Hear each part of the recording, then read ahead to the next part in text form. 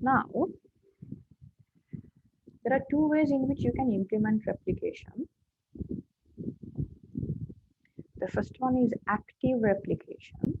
The second one is called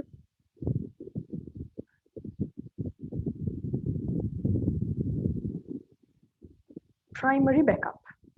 Okay. Now,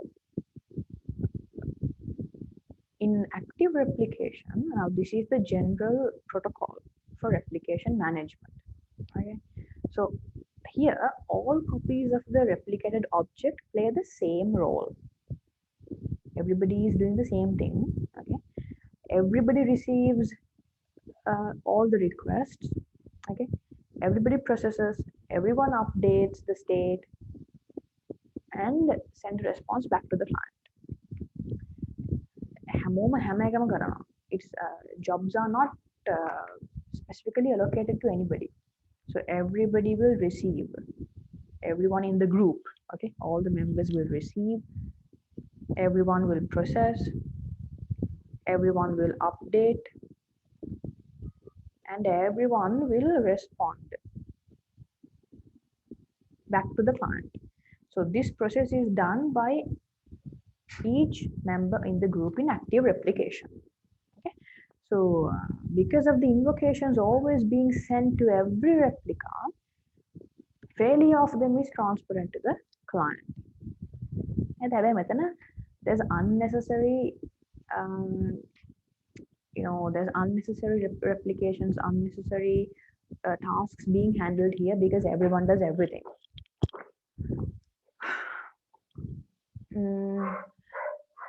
Okay, so let's draw this and see how it happens. So in a state like this, you have your members, client, you have your servers.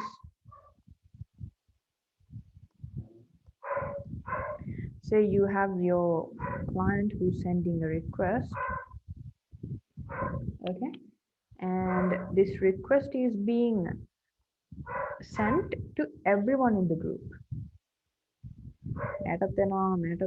Everybody gets it. Okay, so there's some processing which happens in the state of the member.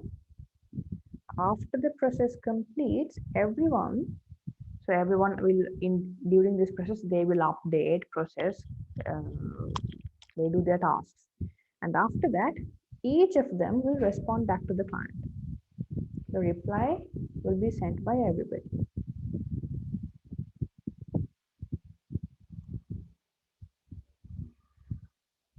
Okay, so this is active replication. So this acts in a similar way to hot standby, if you remember what we discussed. There's nobody who's helping the other guy to update. They do it themselves. Okay, everyone is synced together. So this is active replication. When it comes to primary backup, so if this works as a hot standby, then you know that primary is going to work as a cold standby. Okay, so here there's one guy who will get the response. Only the updating happens for everybody, and even the replying will only happens through one. So if the client performs a request by sending it only to the primary, then the primary executes that request and automatically updates all copies and sends the response to the client once it's completed. So it doesn't waste extra resources, okay, and there's no redundant processing. Those things don't happen here. So if I draw it,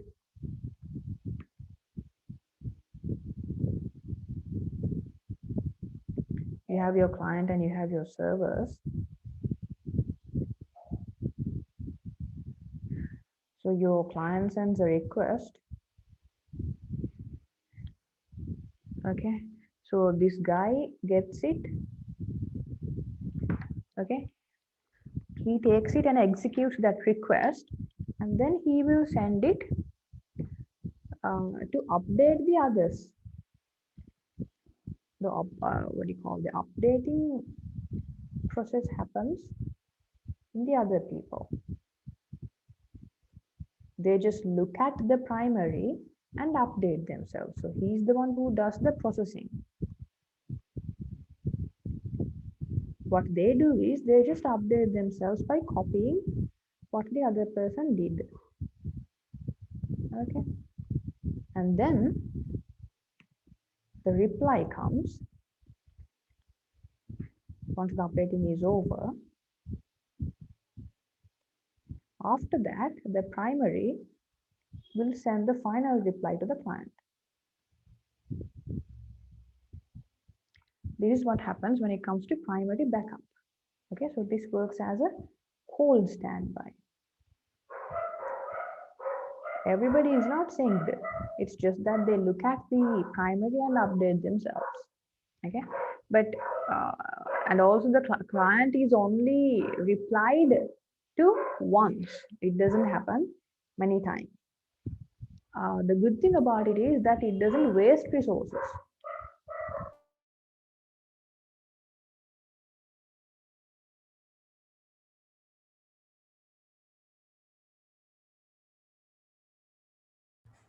Okay, so what happens? I mean, let's discuss a scenario. If the primary fails, okay, in a general scenario, if the primary fails, then we know, we discussed that the responses will be delayed. Okay, now a fault occurs due to an error.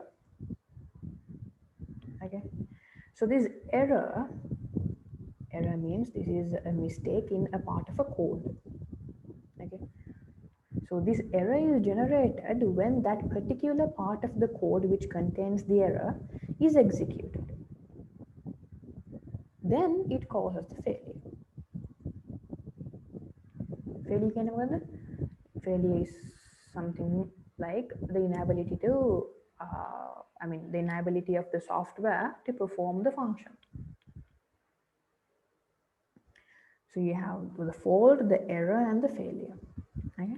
So a system fails if its expected outcome is different, and this can be, how do I say, remediated through something called fault tolerance, which we mentioned before as well. Okay. Fault tolerance. So when it comes to fault tolerance, there are two phases in tolerance, in which tolerance happens. You need to detect your failure, and then you need to recover. So detection happens in various methods. Either you could use something like a messaging system. So you send an acknowledgement. After receiving each message, you send an acknowledgement. So the moment you don't receive it, it's a failed process. Or if you don't receive it within a finite time period, it's failed. You could number the frames in the order. The frames could be numbered. Okay, so if a frame is lost during the transaction, it can be identified by checking the received frame numbers. Or else you could use something like framing the packets to allow for bit error detection. Okay, bit level error detection also could be used. Then once you detect your errors in that way, how do you recover? Well, there are techniques for recovery as well. You can either recompute, you call that time redundancy. You can recompute, or you could go for a retrial. Okay, or you could you call it group work. So the group gets together and does it again. Okay. So there are several recovery processes. Those will be discussed later on in the lectures as well. So remember that you have these three things, and that is mediated through fault tolerance, which has two stages: detection and recovery. Right? Now, different faults that could happen in a system has three types.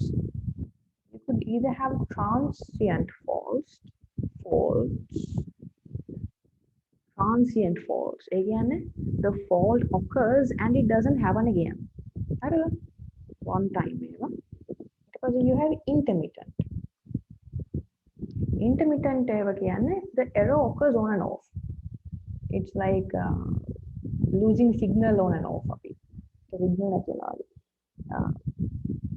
And then finally, you have permanent ones. Permanent as in they are repetitive faults. So you need to take action against all these three types of faults. Okay.